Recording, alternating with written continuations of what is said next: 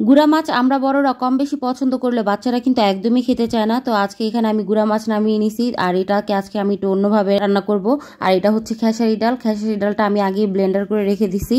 আর এখানে আরেকটা রান্না করব, সেটা হচ্ছে এই যে দেখেন, এটা কি দেখে চিনতে পারতেছেন কিনা বলেন তো। এটা হচ্ছে মাছের পেটি। এটা আমার খুবই পছন্দের একটা খাবার। তো এটাকেও আজকে আমি রান্না করব।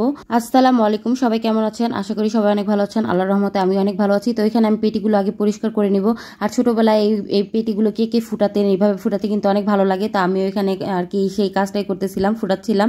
তো যাই হোক, এখানে কিন্তু আমি গরম পানি করে নিছি। আর এই গরম পানি দিয়ে কিন্তু এই পেটিটা ভালো মতো পরিষ্কার করে নিতে হবে। এটাতে যে একটা তিতা ভাব থাকে সেটা যেন চলে যায়। তো এখানে আমি পেটিটা ভালো মতো পরিষ্কার করে নিছি। আর একদম দেখেন সাদা ফকফকা হয়ে গেছে। এটা পেটি না, এটা পেটি বললেও ভুল হবে। যে ভিতরে যে পোটকা থাকে সেই পোটকা। আর এটা হচ্ছে যে মাছটা, গুড়া মাছটা আমি ধুয়ে পরিষ্কার করে নিছি।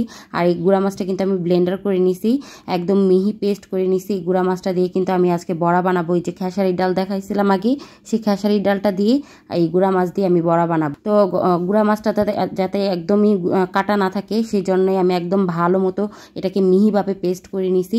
আর এখানে এই যে মাছের পটকাগুলো ভেজে নিতেছি, ভেজে একদম মচমচা করে এটা ভাজতে হবে। এগুলো ভাজার সময় খুবই সতর্কভাবে ভাজতে হবে। এগুলো প্রচুর পরিমাণে ফুটে, তো আমি বারবারই ঢাকনা দিয়ে তারপরে ভাজতেছিলাম। প্রচুর পরিমাণে ফুটে আর তেল ছিটে, যার কারণে আর কি ঢাকনা দিয়ে আমি বারবার ভেজে নিতেছিলাম। তো এদিকে কিন্তু আমার কিছুটা ভাজা হয়ে গেছে, আর কিছুটা ছিল, সেগুলো আমি দিয়ে দিছি।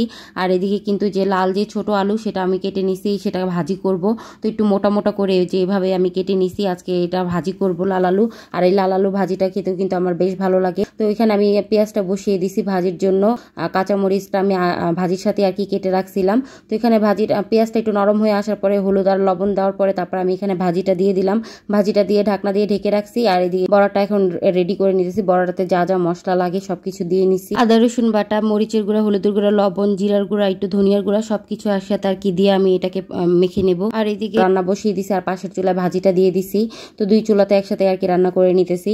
তো ভাজিটা এখানে আমি নেড়ে চেড়ে দিলাম যাতে নিচে পোড়া না লাগে। ভাজিটা আর একটু হবে, তাও হয়ে গেলেই তারপর আমি নামিয়ে নেব ভাজিটা। আর এদিকে কিন্তু আমি যে রান্নাটা বসাইছিলাম ওইটাতে সব মশলা টসলা দিয়ে, তো ওইখানে একটু টমেটো দিয়ে দিলাম। আর টমেটো দিয়ে যেহেতু রান্না করব, টমেটোটা আস্ত রাখবো না, টমেটোটা একটু গলা গলা হওয়া পর্যন্ত আর কি আমি মশলার সাথে কষিয়ে নিতেছি। তো আমি এখানে অল্প করে একটু পানি দিয়ে নিছিলাম। তো এদিকে কিন্তু আমার ভাজিটা হয়ে গেছে।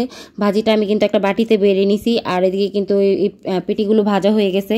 তো ভাজা হয়ে যাওয়ার পরে এখন কিন্তু মশলাটা কষানোর পর আমি পেটিগুলো দিয়ে দিলাম। পেটিগুলো দিয়ে তারপর এখানে বেশ কিছুক্ষণ কষিয়ে নেব। আর এটা কিন্তু একদমই একটু ঝোল রাখবো না, একটু শুকনো শুকনো করে রান্না করব। আসলে এই রান্নাটা ঝোল ঝোল খায় না, এটা একদমই শুকনো শুকনো করে করলেই বেশি মজা লাগে। তো প্রথমে আমি কাঁচামরিচ দিইনি, তো পরবর্তীতে এখানে আমি কাঁচামরিচ দিয়ে নিলাম। আর এদিকে যে মাছের বড়াটা, সেটা আমি আরেকটা পাত্রে ঢেলে, ছড়ানো পাত্রে ঢেলে, তো এটা ভালো মতো মিক্সড করে নিছি। তো মিক্সড করে নেওয়ার পর এখানে যে ভাজির তাওয়াটা ছিল, সেই তাওয়াতেই আমি বড়াগুলো ভেজে নেব। বাচ্চারা তো একদমই মাছ খেতে চায় না, তার উপরে হচ্ছে গুড়া মাছ, সেটা তো আরো আগে খেতে চায় না। তো আমার মেয়েও তেমনটাই, গুড়া মাছ খেতে চায় না। আর গুড়া মাছ তো জানি আমরা অনেক পুষ্টিকর, চোখের জন্য অনেক ভালো গুড়া মাছ। ও যেহেতু খেতে চায় না, তো আমি এইভাবে আর কি, ও আবার ডালের বড়া খুব পছন্দ করে, তার জন্য বুদ্ধি করে ডালের বড়ার মতো করে মাছের বড়া ভেজে দিলাম।